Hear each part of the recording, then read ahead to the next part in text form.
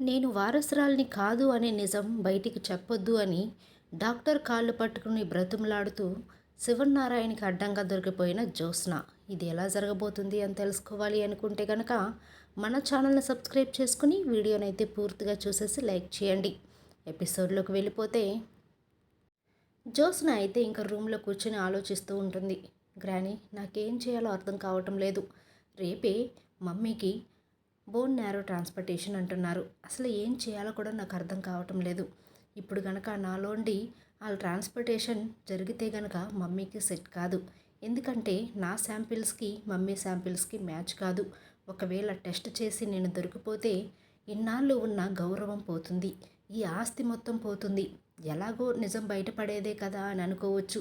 అలానే కొంత డబ్బు వెనకేసుకున్నాను. ఏ క్షణమైనా నిజం బయటికి రావచ్చు అని. కానీ అందరి ముందు కూడా నా పరువు పోతుంది. నన్ను జైలుకు పంపిస్తారు. నాకేం చేయాలో అర్థం కావటం లేదు. ఆ క్షణంలో నేను చనిపోవడం తప్ప నాకు వేరే ఆప్షన్ కనిపించడం లేదు. నువ్వే ఏదో ఒకటి చెయ్యి అని చెప్పేసి వాళ్ళ గ్రానీ చేతులు పట్టుకొని జ్యోత్స్న అయితే బ్రతిమలాడుతూ ఉంటుంది. పారిజాతం అయితే నాకే ఏం అర్థం కావటం లేదే. నీకేం చెప్పనో. సరే, నేను ఒకటి చెప్తాను, నువ్వు చెయ్యి. వెళ్ళు, డాక్టర్ దగ్గరికి వెళ్ళి డాక్టర్ కాళ్ళు పట్టుకుని బ్రతిమలాడు. నేను వారసురాల్ని కాదు. ఆ విషయం బయట పెట్టొద్దు. బయట పెట్టకుండా ఉండాలి అంటే ఎంత కావాలో చెప్పమని చెప్పు. ఈ ప్రపంచంలో డబ్బుకు లొంగని మనుషుడే లేడు అని చెప్పడంతో, గ్రానీ, ఐడియా అయితే చాలా బాగుంది. అందుకే నువ్వంటే నాకు చాలా ఇష్టం అని చెప్పేసి పారిజాతానికి ఒక ముద్దు పెట్టి బయలుదేరుతుంది జ్యోత్స్న హడావిడిగా. అప్పుడే శివనారాయణ రూమ్లో ఉండి బయటకైతే వస్తూ ఉంటాడు. వస్తూ ఉండగా జ్యోత్స్న చాలా హడావిడిగా పరిగెడుతూ ఉంటే, ఏంటి ఇంత హడావిడిగా వెళ్తుంది జ్యోత్స్న, అసలు ఎక్కడికి వెళ్తుంది అని చెప్పేసి శివనారాయణ అనుకుంటూ బయటకైతే వస్తాడు. బయటకు వచ్చేసరికి కార్ తీసుకుని చాలా ఫాస్ట్గా అయితే వెళ్ళిపోతుంది జ్యోత్స్న అయితే. అప్పుడే శివనారాయణ, ఈ జ్యోత్స్న ఫాస్ట్ చూస్తుంటే ఇంత స్పీడ్గా వెళ్తుందంటే ఏమైనా ఏం చేస్తుందో ఏంటో, రోడ్డు మీద ఎవరిని గుద్దేస్తుందో ఏంటో, సేఫ్టీ కోసం నేను కూడా వెళ్తే పోతుంది అని చెప్పేసి వెనకాల ఇంకొక కారులో అయితే బయలుదేరుతూ ఉంటాడు. బయలుదేరుతూ ఉంటే అప్పుడే కార్తీక్ వచ్చి, తాత ఎక్కడికి వెళ్తున్నావు? నేనున్నాను కదా డ్రైవ్ చేయడానికి, నువ్వెందుకు, పద నేను తీసుకుని వెళ్తాను అని చెప్పేసి ఇంకా ఇద్దరు కూడా బయలుదేరుతారు. అయినా ఇంత త్వరగా ఎక్కడికి వెళ్తున్నావు తాత, నాకు అర్థం కాలేదు అని చెప్పేసి కార్తీక్ అడుగుతూ ఉంటే, జ్యోత్స్న ఏంటో హడావిడిగా పరిగెత్తుకుంటూ వెళ్ళిందిరా, ఇలా స్పీడ్గా వెళ్తూ ఎవరిని గుద్దేస్తుందో ఏంటో అని భయపడి బయలుదేరదామని నేను కూడా హడావిడిగా బయలుదేరాను. ఈలోపు నువ్వే వచ్చావు. పద అసలు ఎక్కడికి వెళ్తుందో చూద్దాము అని చెప్పేసి జ్యోత్స్ననైతే ఫాలో అవుతారు కార్తీక్ అలాగే శివనారాయణ కారులో. కానీ జ్యోత్స్న అయితే వీళ్ళని గమనించుకోకుండా డైరెక్ట్గా హారిక హాస్పిటల్కి అయితే వెళ్తుంది. డాక్టర్ హారిక దగ్గరికి వెళ్ళి కలుస్తుంది. కలవగానే, చెప్పండి మేడం, మీరు జ్యోత్స్న గారు కదా, మీరు సుమిత్ర గారి కూతురు కదా అని చెప్పేసి అంటూ ఉంటుంది డాక్టర్ హారిక అయితే. అప్పుడు జ్యోత్స్న, అవును మేడం, నేను మీతో మాట్లాడడానికి వచ్చాను అని చెప్పేసి అంటూ ఉంటుంది.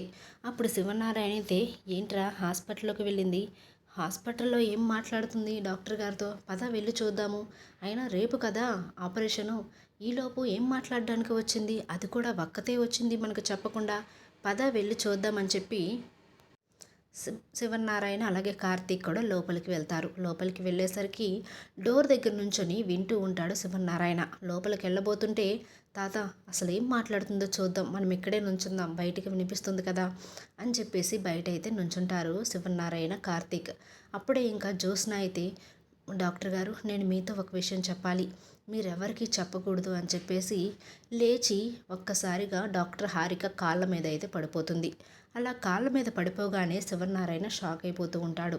ఇదేంటి, జ్యోత్స్న హారిక కాళ్ళు పట్టుకుంటుంది, డాక్టర్ గారి కాళ్ళు పట్టుకోవాల్సిన అవసరం జ్యోత్స్నకేంటి, అసలు ఏం జరుగుతుంది ఇక్కడ అని చెప్పేసి శివనారాయణ అనుకుంటూ ఉంటాడు. అప్పుడే ఇంకా జ్యోత్స్న అయితే హారిక కాళ్ళు అయితే పట్టుకుంటుంది. డాక్టర్ గారైతే, ఏంటమ్మా ఏం చేస్తున్నావు నువ్వు, అంత పెద్ద శివనారాయణ గారి మనవరాలివి నా కాళ్ళ మీద పడుతున్నావేంటి, అసలు ఏం కావాలి నీకు, ఎందుకు ఇలా చేస్తున్నావు అని చెప్పేసి డాక్టర్ హారిక అయితే అడుగుతూ ఉంటుంది. మేడం, మీరు నాకు ఒక హెల్ప్ చేయాలి, నేను మీకు ఎంత డబ్బు కావాలంటే అంత డబ్బు ఇస్తాను, ఎందుకంటే ఆస్తి మొత్తానికి కూడా నేనే వారసురాలిని, ఆ విషయం మీకు కూడా తెలుసు, కాబట్టి నేను ఒక చిక్కుల్లో పడున్నాను, ఆ చిక్కులోంటిని మీరు నన్ను విడిపిస్తే మీకు ఎంత డబ్బు కావాలంటే అంత డబ్బు ఇస్తాను అని చెప్పడంతో, అసలు మీరేం మాట్లాడుతున్నారో నాకు అర్థం కావటం లేదు, అని చెప్పి డాక్టర్ హారిక అయితే అంటూ ఉంటుంది. మీరు రేపొద్దున బోన్ న్యారో ట్రాన్స్‌ప్లాంటేషన్ అనేది మా మమ్మీకి చెయ్యాలి. అది కూడా నా నుండే చెయ్యాలి. ఎందుకంటే కన్న కూతురిని నేనే కాబట్టి నా నుండే చెయ్యాలి. కానీ మా మమ్మీ శాంపిల్స్‌కి, నా శాంపిల్స్‌కి మ్యాచ్ అవ్వదు. అది మీరు టెస్ట్ చేయకుండానే నేను చెప్తున్నాను అని చెప్పడంతో, మ్యాచ్ కాకపోవడం ఏంటి? ఎందుకు మ్యాచ్ అవ్వదు? మీ ఇద్దరు కన్న తల్లి కూతురులే కదా! అని చెప్పేసి డాక్టర్ గారైతే అంటూ ఉంటుంది. అప్పుడే ఇంకా శివన్నారాయణ మ్యాచ్ అవ్వకపోవడం ఏంటి? జ్యోత్స్న కన్న కూతురు కాదా? మేమనుకున్నది నిజమేనా? అని చెప్పేసి శివనారాయణ అయితే అనుకుంటూ ఉంటాడు. అప్పుడే ఇంకా జ్యోత్స్న డాక్టర్ గారి కాళ్ళు పట్టుకొని స్టోరీ చెప్పడం అయితే మొదలు పెడుతుంది. నిజం చెప్పాలంటే నేను సుమిత్ర గారి కూతుర్ని కాదు, నేను పెంచుకున్న కూతురిని కూడా కాదు. ఎందుకంటే నన్ను మా నాన్నమ్మ, మీకు తెలుసు కదా పారిజాతం గారు, నన్ను చిన్నప్పుడే పిల్లలుగా ఉన్నప్పుడే మార్చేసింది. సుమిత్ర గారి కూతుర్ని తీసేసి ఆ ప్లేస్లో నన్ను పడుకోబెట్టింది. ఎందుకంటే ఆస్తి మొత్తం నాకే రావాలి అని చెప్పేసి మా నాన్నమ్మ అలా చేసింది. కానీ ఈరోజు నేను ఆస్తికి అలవాటు పడిపోయాను. ఆస్తి లేకపోతే నేను బ్రతకలేను, ఆస్తి ఉంటేనే నేను బ్రతకగలను, అసలు ఆస్తి లేని బ్రతుకు బ్రతికే కాదని ఇంకా జ్యోత్స్న అయితే అనుకుంటూ అన్ని చెప్తూ ఉంటుంది. అప్పుడే ఇంకా డాక్టర్ గారు అయితే ఇప్పుడు నన్నేం చేయమంటున్నావు అని చెప్పేసి అడుగుతూ ఉంటుంది. నేను చేయమండం కాదు, మీకు ఎంత డబ్బు కావాలంటే అంత డబ్బు ఇస్తాను, నేను వారసురాల్ని కాదు అనే నిజమైతే బయట పెట్టొద్దు అని చెప్పేసి బ్రతిమలాడుకుంటూ ఉంటుంది. ఈ విధంగా నిజం చెప్పొద్దు అని చెప్పేసి డాక్టర్ గారి కాళ్ళు పట్టుకుంటుంటే బ్రతిమలాడుతున్న జ్యోత్స్న అయితే శివనారాయణకి అడ్డంగా దొరికిపోతుంది. దొరికిపోగానే ఇంకా శివనారాయణకి తన ప్రతాపం అయితే చూపిస్తాడు. వీడియో నచ్చినట్లయితే తప్పకుండా సబ్స్క్రైబ్ చేసుకోండి.